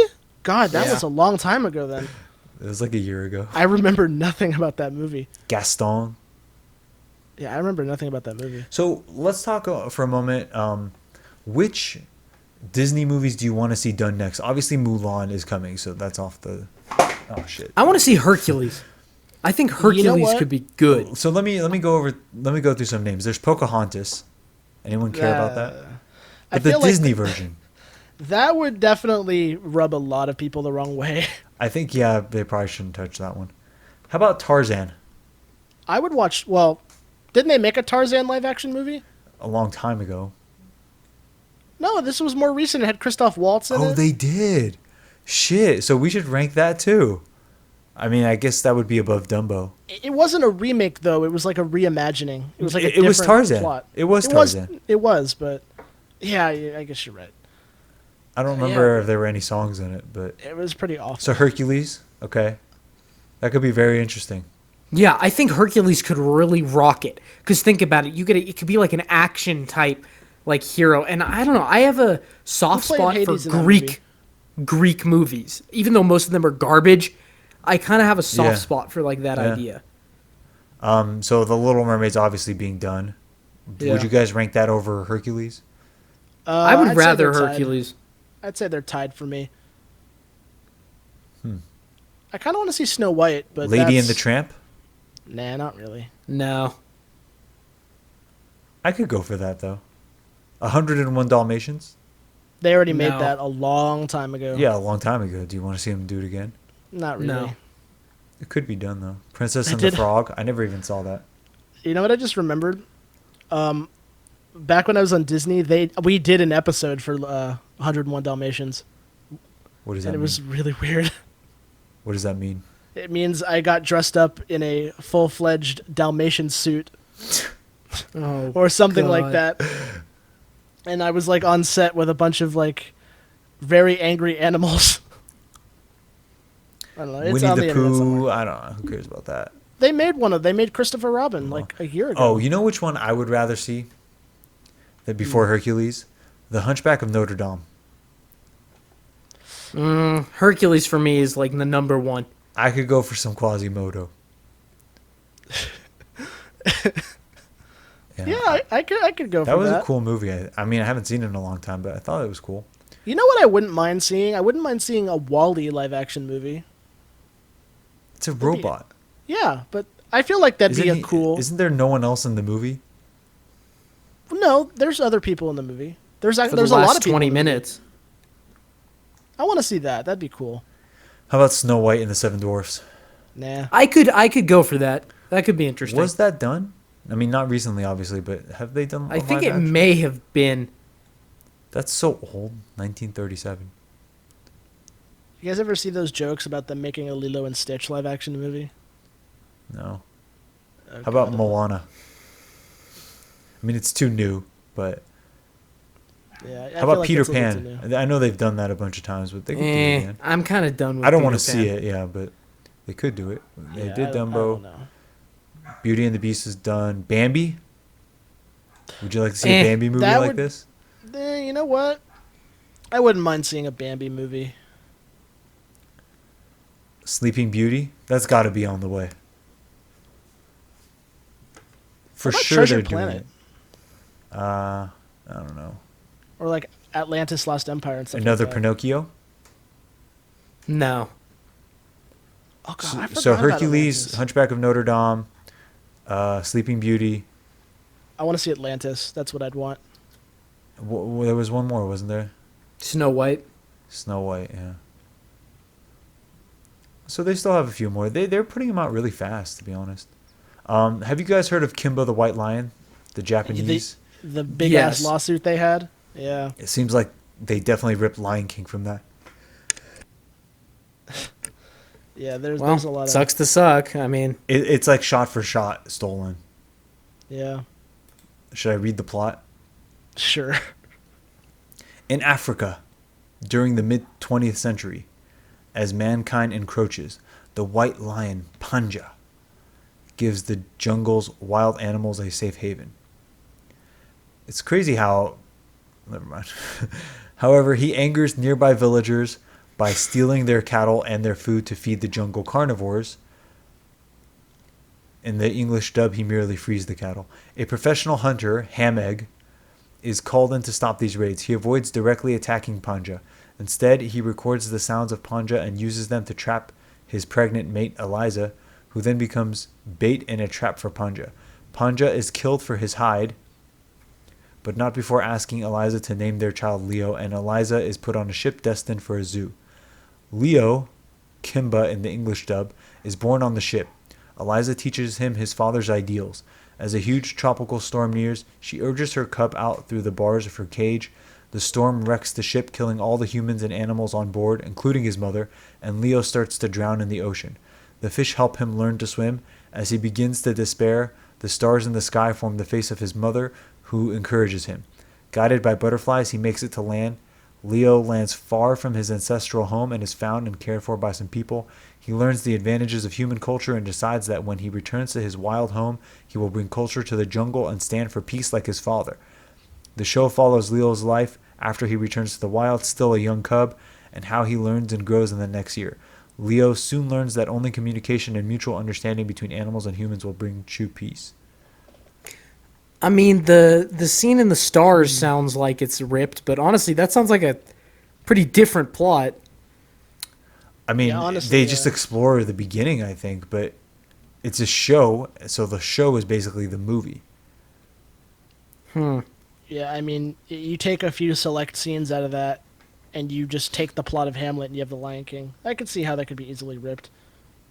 I could also see how that'd be a massive lawsuit. Wasn't that a massive lawsuit? Alleged similarities in the characters, yeah, it was. Beginning with the protagonist lion cubs Kimba and Simba, including the evil lions, the one-eyed Claw and Scar, the sage baboons Danny Baboon and Rafiki, the animated birds Polly Cracker and Zazu, the pair of hyena sidekicks, it was a trio in the Disney film. Lion King co-director Rob Minkoff deflected criticism of the similarities in the characters by stating it was not unusual to have characters like a baboon, a bird, or a hyenas in films set in Africa. Matthew Broderick said that when he was hired as the voice of adult Simba in The Lion King, he presumed the project was related to Kimba the White Lion. I thought he meant Kimba, who was a white lion in a cartoon when I was a little kid. So I kept telling everybody I was going to play Kimba. I didn't really know anything about it, but I didn't really care. Okay, nice. Both films nice. feature a protagonist looking up at clouds in the shape of his father lion or his mother. The similarity is alluded to in the scene from The Simpsons Round Springfield episode where a parody of Mufasa in the clouds tells Lisa Simpson, "You must avenge my death, Kimba," or I mean Simba. Upon the release of Lion King in Japan, multiple Japanese cartoonists, including Machiko Setonaka, signed a letter urging the Walt Disney Company acknowledge due credit to Jungle Emperor Leo in the making of The Lion King. And there was a petition with over 500, or almost 500. The Lion King director Roger Allers claimed he remained unfamiliar with Kimba through production until his film was nearly completed. However, he had previously lived in Tokyo and worked in animation there, and had already where Tezuka had already become known as Japan's Walt Disney, and a remake of Kimba was airing on primetime television. CEO, So it's bullshit. Co-director Rob Minkoff claimed he was unfamiliar with Kimba as well. The Tezuka Disney connection extends back decades before the movie. He met Walt Disney at the World Fair, 1964. Fred Ladd, who was involved early on with importing Kimba and other Japanese anime into America for NBC, expressed incredulity. How do you say that word? Incredulity? Yeah, I know I can't even say it anymore. Incredulous? It says incredulity. That Disney's people could remain ignorant. Ladd stated that there is at least one animator remembered by his colleagues as being an avid Kimba fan and being quite vociferous about Disney's conduct during production. So, I don't know. Interesting. Okay. I think that's it. Do you have a fight of the week, Emerson? The only fight of the week I could think of for this was that, we were lions and we were a third party during all of this happening, and we were trying to seize power. Okay. So Interesting. it's just the three of us in this scenario, and we're an outside little pack that's arrived, and our objective is to seize power. Scar is alive, Simba's alive, but they're obviously at odds. How do we take over the Pride Lands? I don't think you can, because you have to kill Shenzi. She's the real problem, and the hyenas are way too numbered. There's way too many of them. Lions really can't beat hyenas that well. A pack of hyenas can kill a lion, and there's a horde of hyenas. Yeah. Yeah. All right, we'll move on. Okay, so my cell phone is dying. So for the roundup, any of you guys have the iPhone XR? No. Heard of it or have it? Have it. No. Do you know anything about it? Nope. No, not really. Do any of you guys have the iPhone that doesn't have the audio jack? Yeah, I have one. I have an 8. The 8 doesn't have the audio jack. So, okay, how the hell do you charge it? What are these QI charging stations? Okay, well, I know for a fact that the 8 was the last generation. I think it's the last generation of phone that uses the plug. The rest of them use wireless charging. So for mine, I just use a Thunderbolt cable, it plugs in just like normal. I use that with audio, they give you headphones that you just jack in with that plug and you can listen to it that way. But with the new ones, they give you a little pad. This is how my iWatch works. You just place it on there and it wirelessly charges. And you have to use Bluetooth if you want to connect it to headphones or a car stereo or anything like that. I think it's kind of odd. I don't really like it. So you have to use Bluetooth. So what if my car doesn't have Bluetooth? I can't play my music in the car? If it doesn't have an audio jack, I don't think so. That's weird. Yeah, but then I could get the adapter, can't I? Well, I might be completely dead wrong, but I think the new phones don't have any jacks at all. They just have the speakers. What? And they wirelessly charge. They come. Oh my god. They come with headphones, I think, that are wireless. Mine came with an adapter that you could plug in and then plug any old like headphone in, like the original jack. But they encourage you to use like the Thunderbolt jack. I really don't want to make the switch. Yeah, I miss the wire. I like that a lot better. I mean, I don't care for the wire. It's just like, like headphones, the earbuds never stay in my ear. Yeah. Do you guys have that problem? I don't really use earbuds. I got actually new headphones recently that I use when I'm working out and running, and they stay in great. Are they just earbuds? They're like that, but they kind of wrap around your ear a little bit. Yeah, those are the ones you have to wear. Yeah. Do you know how expensive those kinds are if they're wireless? No, I They're have over a wired $100 one. at least. Jesus. Yeah, they're pretty beefy. And like, I don't know, I use like cheap headphones when I run that go over my ear because that's the only way they stay in. But Yeah. I don't want to use the AirPods. And you also have to charge them too. That's really annoying. Yeah, that's probably the most annoying part about them. And you know what sucks? They offer they offer the wire with it. Like you can attach the wires to it so it stays attached to your body, which is so dumb. Like they're Snap-on. Anyway, I also watched the Joy Coy comedy special on Netflix, which is really funny, especially if you're Asian. He does a lot of Asian jokes. I would check it out. He gets on all kinds of Asians. That was great. Let's talk trailers. Oh, Okay. boy. Top Gun. Did you guys see it? Yes, I did. Did you guys see the original? Yep. Oh, yeah. Yeah, I have time not. ago. You should. So is this good or bad? It's good. I like the look of it. It looks like it's building off of the original while keeping like some of that mystique, some of the like the culture, the feel of it. The only thing I'm terrified about is I guarantee I can tell you the plot right now, especially because the last scene of the trailer gives it away. The Emperor starts laughing. What? Okay. Making fun of Star Wars. No, so the jet you see, you know how the trailer like shows the like release date, and then you see another jet flying for just 3 seconds? Yeah. Mm-hmm. Okay, so that's an F-14. F-14s have been retired for almost 15 years now. They don't use them. The only reason you take them out is if you need a jet that doesn't interface with very modern technology systems. The guy in the trailer is telling Tom Cruise, the Admiral, he's telling him, you're not meant for this world, you're kind of dying out. I guarantee 100% it's going to be about drones replacing pilots. There's going to be a cyber attack, all the new jets go down, and they have to take out F-14s to deal with the problem.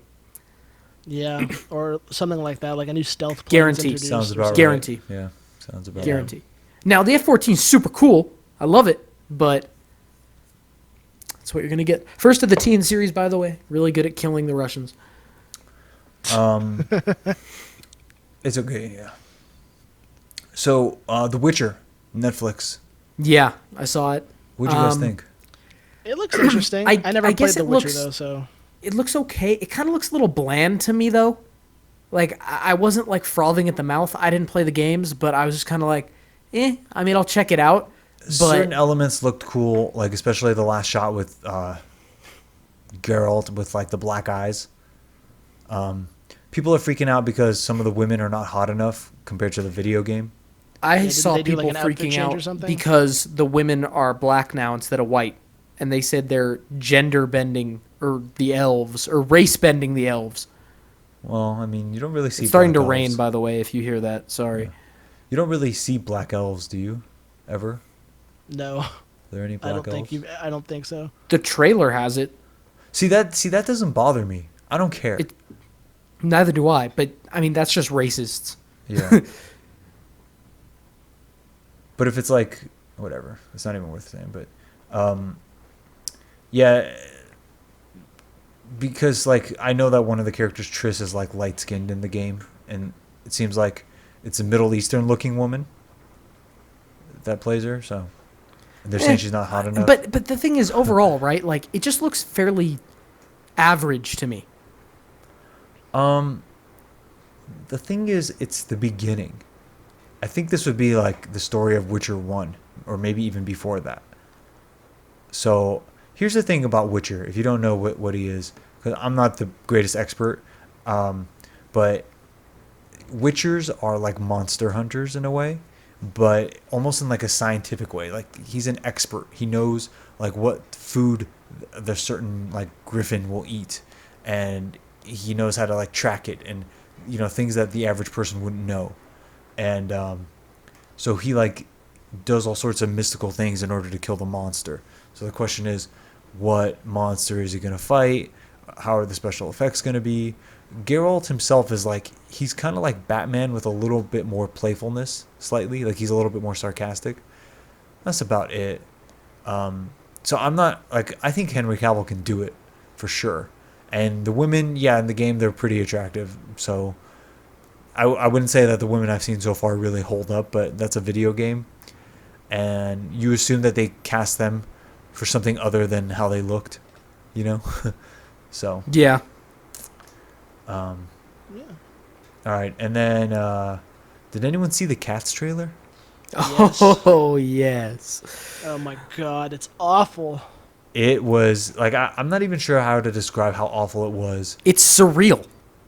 It's just unbelievable. So they're wearing cat suits, but they have human faces, and they're jumping It's around. CGI'd onto them. Oh, and like the female cats are all naked. The male cats seem to have clothes.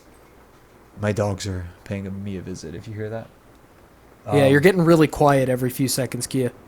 They heard Am the I? word cats and immediately Yeah, were I think you interested. may have moved away from your mic. No, I didn't. That's weird. Oh, because I'm probably looking around as the stupid dogs are. So yeah, it's just now.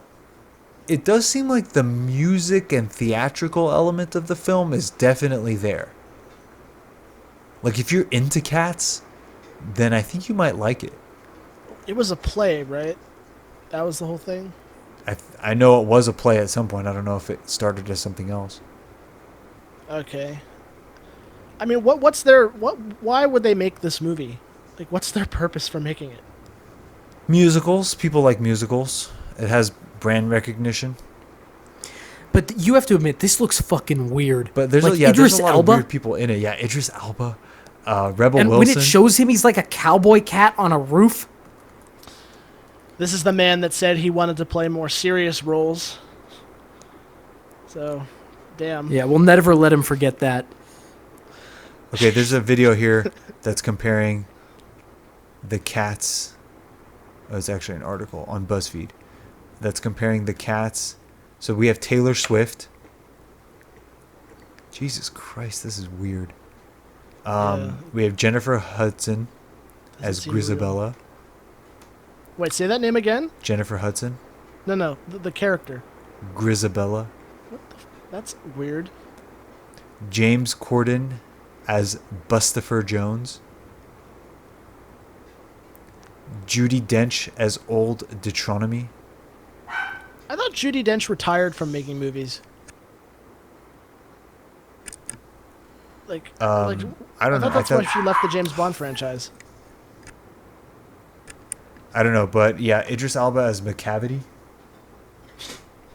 That's just an odd name. He looks terrible and really weird.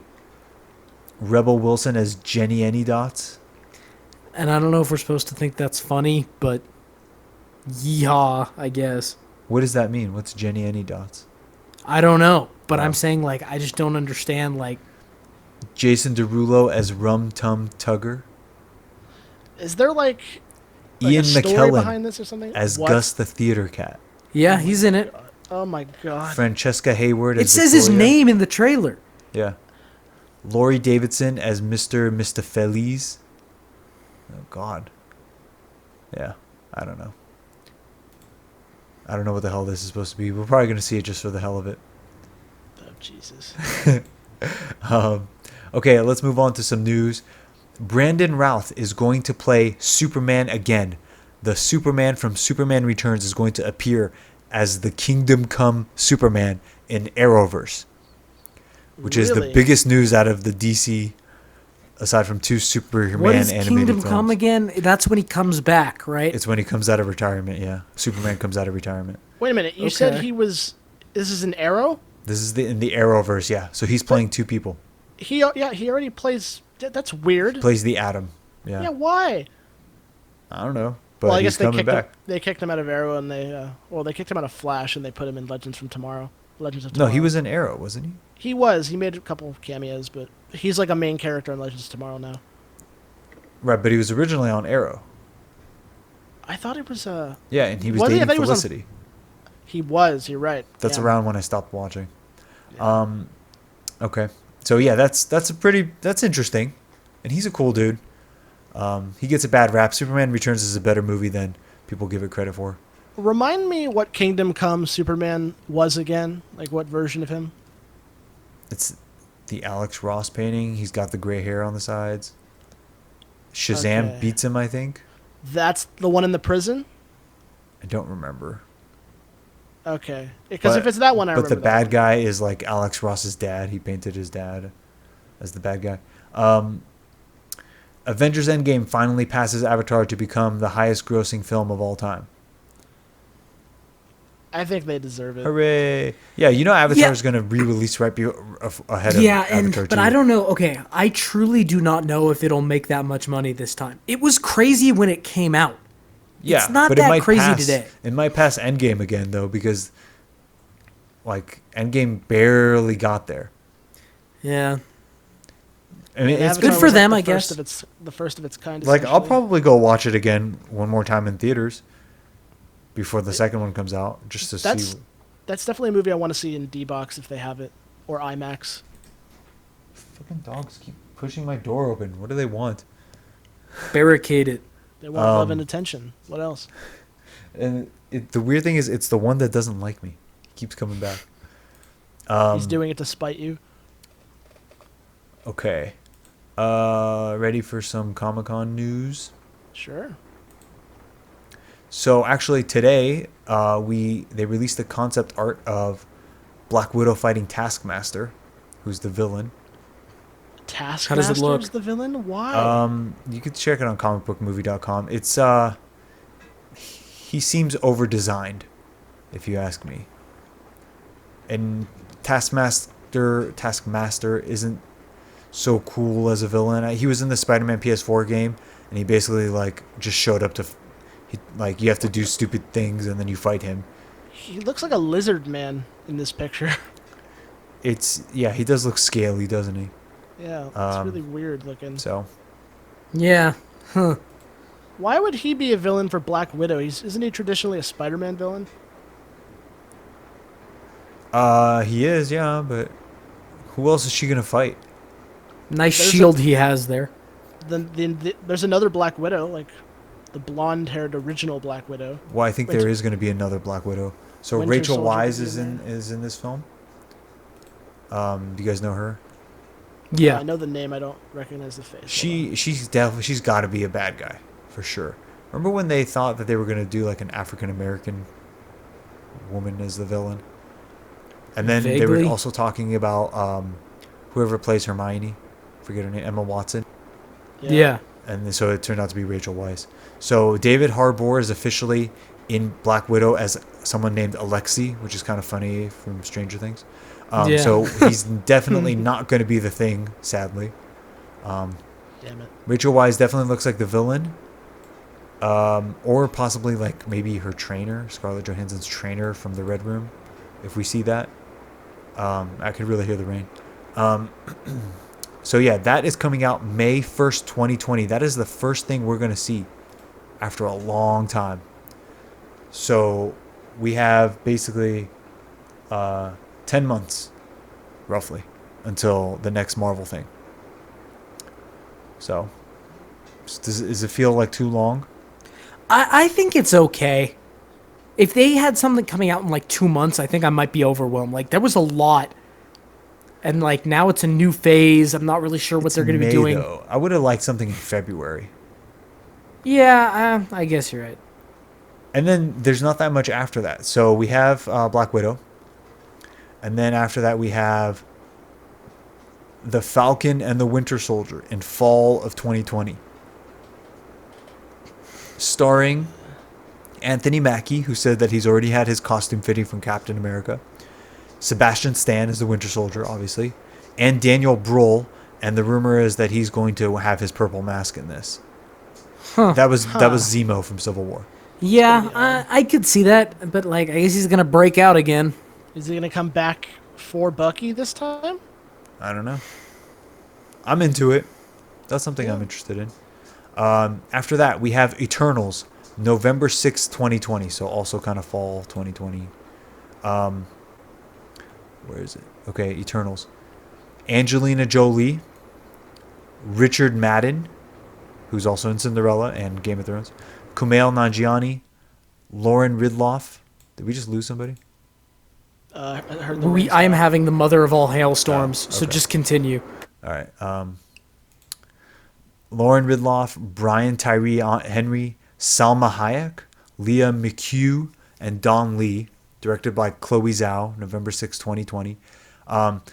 Millie Bobby Brown, who is 11 from Stranger Things, was rumored to be in it, but she's obviously not, at least not yet. Interesting. Yeah. I wonder who Selma Hayek's going to be. It's going to be in. Yeah. So after November, we have until February 2021, and we have Shang-Chi and the Legend of Ten Rings, starring Simu Liu. I don't know him. Aquafina. He's Chinese, apparently. Oh, Aquafina's going to be in it? Aquafina, which I don't really like her that much, but whatever. And Tony Leung. So Shang-Chi is the son of the Mandarin. The real Mandarin will be in this movie. Oh, Directed I'm by excited Destin for that. Daniel Cretton. Yeah. Should be cool. Following that February, we go into spring for WandaVision on Disney Plus. And then yeah, wow, that's going to be a busy time. So we're going to have November and then February. And then we're going to have spring for WandaVision. And then in May 7th, we're going to have Doctor Strange in the Multiverse of Madness with Scarlet Witch. House of M, So, baby. House of M, baby. Do you think that the WandaVision show will lead into Multiverse of Madness? I think it somehow? has to. It has to. It has to be this. It's going to be that weird 50s Vision storyline. Right. And it's going to be like something weird. And then I think at the end she'll like come out of it, and Doctor Strange will be like trying to help her. That'll be cool, if the shows are tying in more directly with the movies. Oh, these Disney Plus things are definitely tied in, 100%. You're supposed to watch them if you watch these movies. Pretty smart business move, to be honest. Doctor Strange in the Multiverse of Madness. So it says multiverse. Well, he already mentioned a multiverse in Doctor Strange 1. So we're gonna go see it this time. gonna I be wonder interesting. if Scarlet Witch is creating the multiverse. That would be good. Scott Derrickson returns to direct. That's good. He did really well with Doctor Strange. Also in spring 2021 is the Loki show, which is going to be the time travels of the Loki from Endgame that escaped. Oh, Which doesn't really matter because the space Excuse me? zone doesn't work that way. But How did Loki escape? remember in that timeline where they failed to get the Tesseract? Yeah, they dropped the Tesseract and he teleported away. Oh, okay. Okay, yeah. Yeah. Could be interesting. And then summer 2021, they're having a what if. And they have pretty much everybody in the MCU doing a what if, except for Robert Downey Jr. and Chris Evans. Though they were not there. Because they're done. I guess. I mean, there's no reason why they can't do what ifs, but they're not. Strangely, a strange addition was Jane Foster, Natalie Portman, is part of the what if cast. Great. We all know why that's happening. And then after that is fall 2021. We have Hawkeye on Disney Plus. It's an original series that will also introduce Kate Bishop, streaming exclusively on Disney Plus. Fall 2021. The Hawkeye logo looks a lot like the Matt Fraction run. So I was thinking, I don't remember which one of you I mentioned this to, but Don't you think that Hawkeye would have made a better Punisher in those 5 years where he lost his mind? I think Yeah, I never- you I talked to think I me was about gonna it. talk about that, yeah. Because isn't the point that he's like so far gone and done so many things that, That he's he just almost murdering people. he shouldn't even live? Like, what isn't that the question? Is like, is it even worth saving him? He tries to say that. Yeah, and he does like Ronin, but he was a family man. His family got taken away from him. He became unhinged. He started murdering people. That is the Punisher.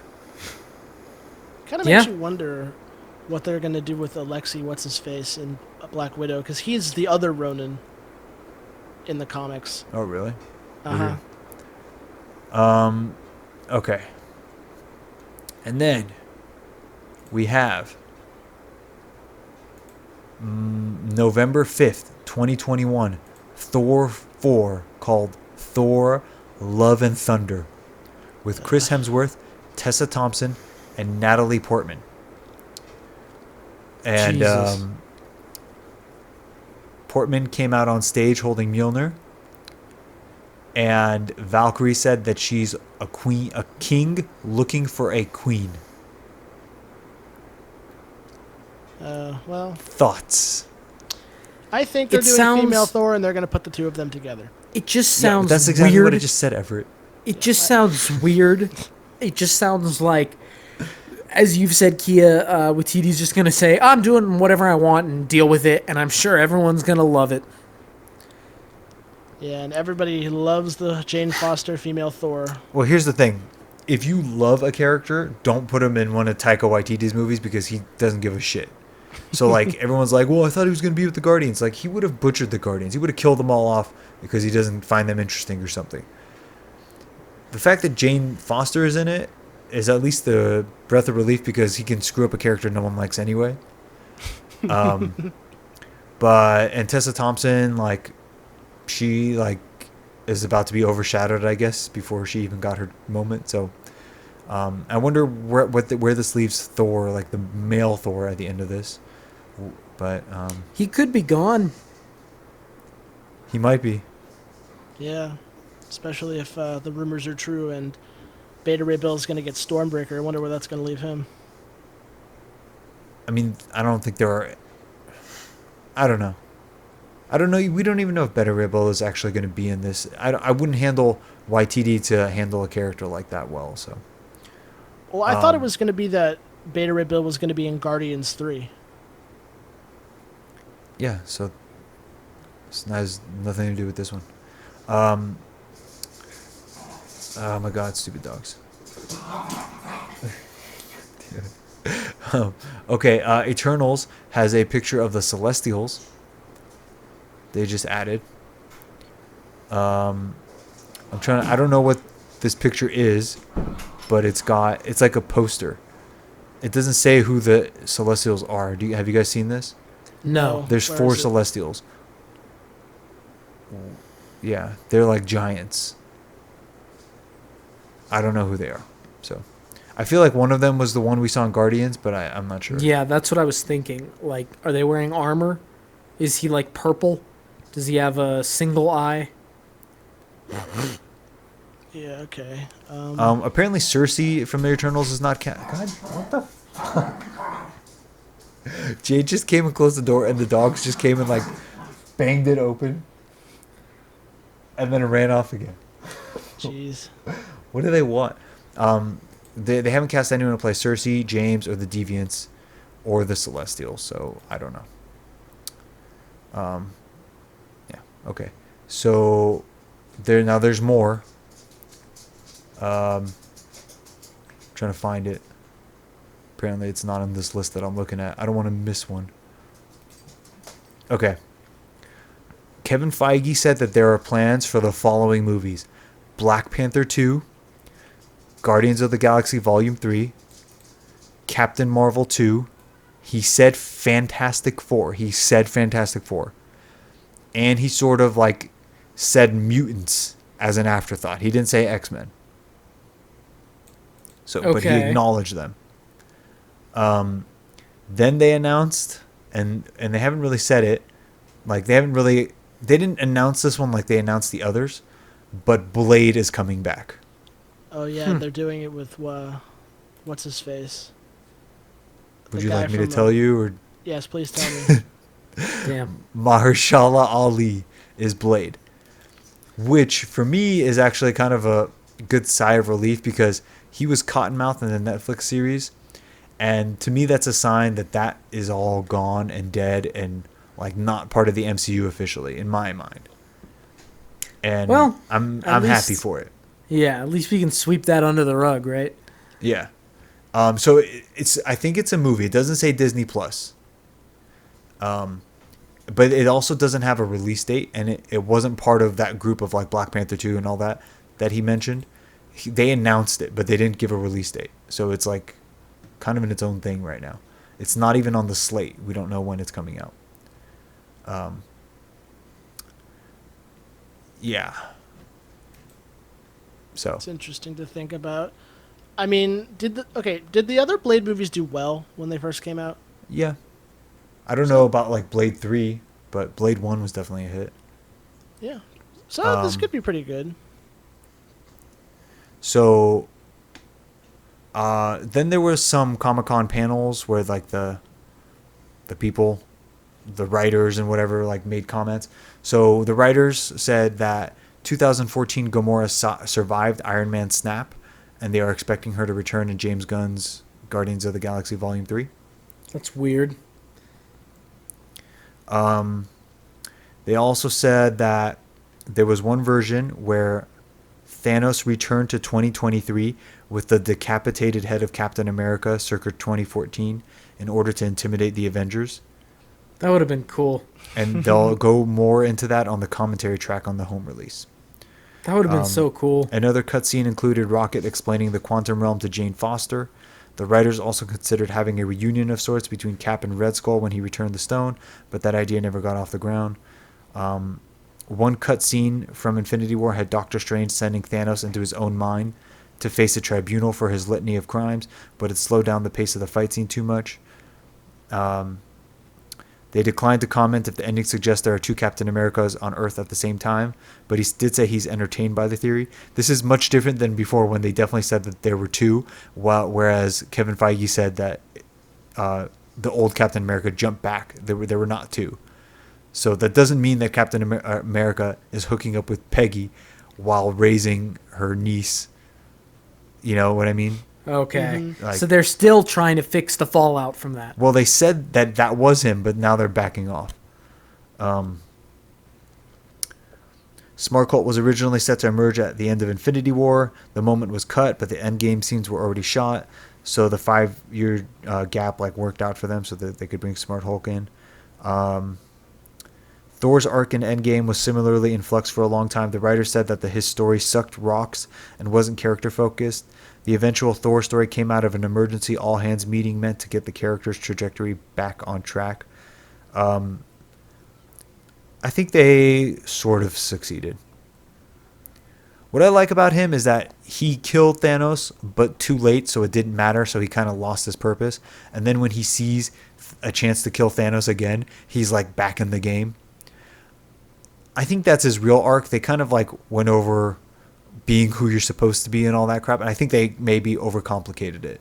Yeah, I 100% agree with that because, and it also seems like they were trying really hard to set up Valkyrie for what is now Thor 4, and Yeah. And let me see. Do I have one more thing here? No. Okay. So moving on to gaming. Marvel's Ultimate Alliance 3. Everett, how are you enjoying it? Give it a rating. I give it a win so far. I'm definitely enjoying it. I'm going to give it a win also, but it should be noted that it's very similar to the previous ones. It is improved, but it's the same gameplay. Whereas I still think that the best Marvel game is the Lego Marvel, Lego Avengers, where you have an open world and you can switch between all the heroes. Unfortunately, it's Lego, but I feel like, I don't even know if this could happen on the Switch because it's a Switch exclusive, but if you could have an open world where you could just switch your heroes and have things to do in the city, and the campaign in the Lego game is pretty good. But so I don't. I think that Lego game is still the best Marvel game, and Spider-Man and that Lego game are tied for first, and then it's this game. I'm eager to see what it's like to play with other people, because so far I've only played by myself, and I'm stuck in a certain part, but I'm not gonna say because it'll spoil it. So we have to have the Nintendo Online membership to play together, huh? Do we? Because I always get the notifications when you're online, like in the corner of my screen. We'll try it. I'm at the part where I'm not that far into it. I just beat Bullseye, I think. Okay. Yeah, I'm a little ahead of you, but I won't say anything. The levels are long. Yeah, but I thoroughly enjoy it. I enjoy it too, but sometimes I can't keep track of what I'm doing because there's too much on the screen and the camera's too far away. I am a little disappointed though, because they did ship the game promising that you would be able to have multiple outfits for the characters, and so far I can't find out how to do that or if it's in the game at all. Yeah. But I am intrigued that most of the characters in the game are inspired by their MCU counterparts. Yeah. Which is nice. And it does have a great catalog. Yeah. I've been enjoying Captain Marvel actually. Yeah. I'd say I've switched out a lot of my heroes, but the two constants I consistently have on my team are Star-Lord and Gamora, because I think their attacks pair well together. I don't like the Guardians. Yeah, I didn't like Groot and Rocket or Drax, but I like the two of them. So I'm also playing a Plague Tale: Innocence. It's more of a cinematic kind of game. I've heard mixed things about this. We talked about it, but it's a great game, and I definitely do think about it when I'm not playing it. Like I want to see what happens. But the story's weird. So it's during some Inquisition. Okay, what is the Inquisition? Tell me that. It's a Spanish thing, right? not necessarily. The most famous Inquisition is the Spanish Inquisition. It was an organization, but there have been others. Usually an Inquisition... So this one's in France. Yeah, usually an Inquisition is a government-funded thing that is meant to discover religious deviance. In Spain, which is the most famous example, the king demanded the Inquisition find out hidden Jews and Muslims. So they would interview people, they'd ask people, they'd come to your house randomly, they'd see, are you observing the proper traditions? They'd ask you questions. If someone reported you to them, they would arrest you. You'd have a trial. They're like religious police. Okay, so what's happening here is there's a teenage girl, and she has a little brother who's has some sort of illness, and the Inquisition comes looking for him. There's also some sort of plague going on with rats, and it's somehow connected to the boy, and so you're trying to escape the Inquisition with your little brother. A lot of it is basic stealth mechanics and kind of room puzzles that way, where you have to avoid guards and all that. Or the rats are afraid of the fire. It's pretty violent actually. If you get caught by the rats, they eat you up. There was a priest trying to help us, and he got caught by the rats, and it was pretty bad. Your dog gets killed in the first level. He gets eaten by the rats. It's pretty hardcore. So I'm enjoying it, but it is definitely a single player cinematic experience. Now, with that said, next week we have that Once Upon a Time in Hollywood movie coming out. Do you guys want to check that out? Yeah, I'd like to, actually. Sure. It interests me. Yeah, it looks okay. It's a Tarantino movie, so should be good. We'll do that next. All right, sounds good. Yeah, let's do it. Why do you guys do this? I just said I wanted to see it. Yeah, and I agreed. You can't... Okay, whatever. All right, so we'll see you guys next week. All right, see you next week. See ya. Good responses.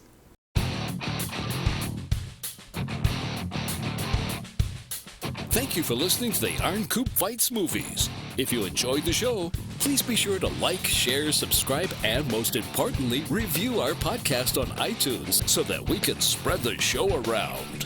To contact the show, you can reach us at theironcoob@gmail.com and on Instagram @theironcoob. Join us for another edition of the Iron Cube Fights Movies.